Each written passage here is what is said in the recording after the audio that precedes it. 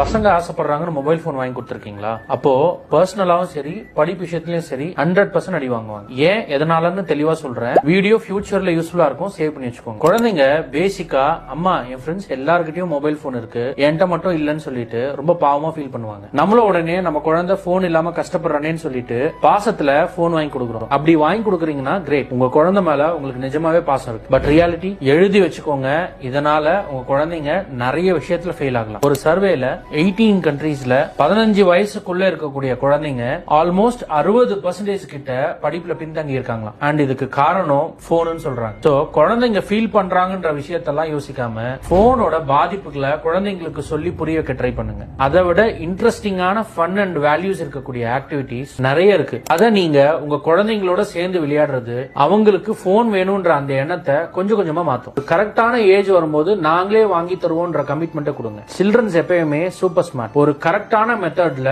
ஒரு right parenting அப்ரோச்சோட deal பண்ணீங்கன்னா கண்டிப்பா புரிஞ்சுப்பாங்க.